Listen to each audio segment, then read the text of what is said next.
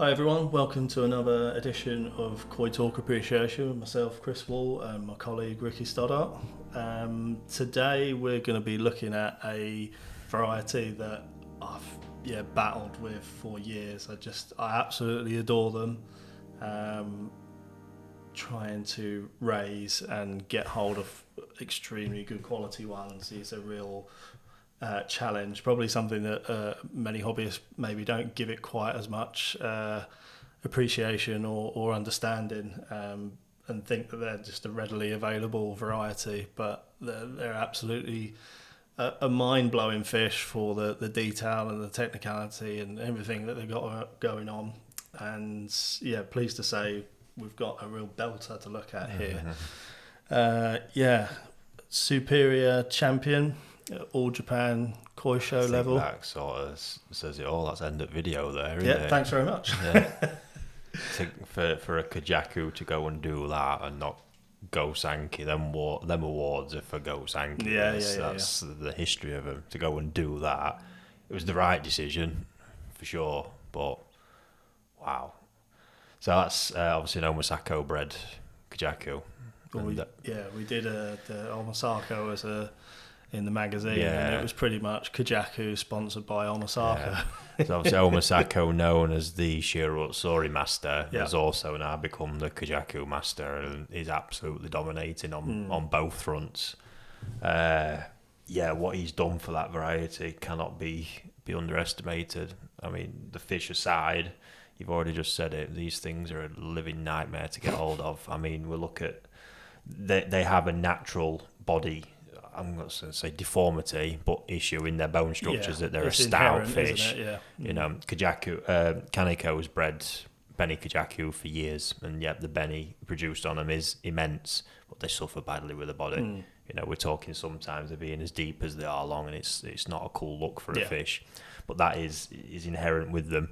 Afuchi is probably the next one who springs to mind, who has probably nailed it more with the body, but to a point where he's sort of got rid of the bulginess, but then got them to a point where they struggle to put serious weight on as well. That sort of power and presence. And again, he does make some stunning examples, but they're few and far between. So Omasaka has come along and just changed the game entirely. I mean, we're talking the body line of that fish. It doesn't matter what variety it is. I mean, just cover it over now, and that's a textbook body line, head shape, everything that you just want in any example is there for it to be a Kujaku, and a Kujaku of size as well with that body. It's just remarkable. I cannot be underestimated how difficult that is to get. And it's not the only time they've done it now. They've got repeated examples, like with the Shirotsuori, that they've got them at size and quality, and they're just mopping up consistently. It's remarkable. What I love about farms like Omasaka as well is obviously the ethos. We're going to do this. Oh, it's true specialism. And we're going to be a game changer. Yeah, true specialism. And it's just, that vision as well. To go, this is what we're going to do, and then to follow it through is just. If you see epic. The amount, I mean, they dabble with some other bits. They've got a really interesting shoreline, and Goshki breeding's sort of been a hobby there, and it really is a hobby. But if you think of the amount of resource they've got now dedicated to the production of two varieties, I'd say the show is really small, but two varieties done en masse, it's crazy. That's off to them. It is true. I think that's the typical Japanese culture, to find something like that and just go all in on it, and that level of focus and attention to detail. But I mean, where do you start with that fish? Done the body, absolutely insane on the body. Pattern, I mean, you just couldn't draw a better one, could you? It's just textbook, mate, isn't it? Obviously, got it all. That Matsubamon, incredible. It just accents every part of the pattern, and it's just wild. And it doesn't really deviate from the head down to the tail. It's just strength throughout, isn't there? Yeah, I've seen this fish in the flesh as well, swimming around there, and it doesn't disappoint. No, it really doesn't. Yeah, I think that's probably some people at home are sort of saying that some of these fish are photoshopped to help. Oh no, these fish are the the best of the best, and having been fortunate enough to see some of the fish on the farms in Japan, and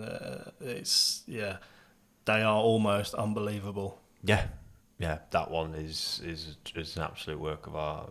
The quality of the fuka and the shine as well. I think that's one of the things that gets missed with Kujaku. You've got to get body, which is naturally a problem. You want size, which is not natural to the variety. Then you've got to get the shine across the head, the fins, and the body. Matsubamon, fuka to develop all nicely in sort of sync with each other. And then on top of that, can we have a nice pattern as well? That's all I want, massive long list. And then I guess that's where you really understand, when you break it down like that, is why it is difficult to get a good one. Getting a good one with any seemingly good value is even harder. They don't exist. No. They're just too much of a rare beast. I mean, don't get me wrong, these guys are cranking up the production on these now, and they seem to be getting the numbers off the parent sets, but even still, the amount that's ever going to turn out like that is few and far between. That's a true. I see how many decades it is until another Kujaku walks into All Japan and wins that honour. I think it's going to be a while. Just a variety that I really have got a soft spot for. But in fact, even if I was sat here talking about it now, I've just mentally put them on my shopping list for next year. I think that's going to be a nice grow-on project. They are just belters, aren't they? When you get it right, and just all that. There's so much going on in one fish, and to have it all at a very high calibre, that's probably where people don't give high quality Kujaku the credit that they deserve. Absolutely. It's, truly phenomenal fish, and absolutely banging.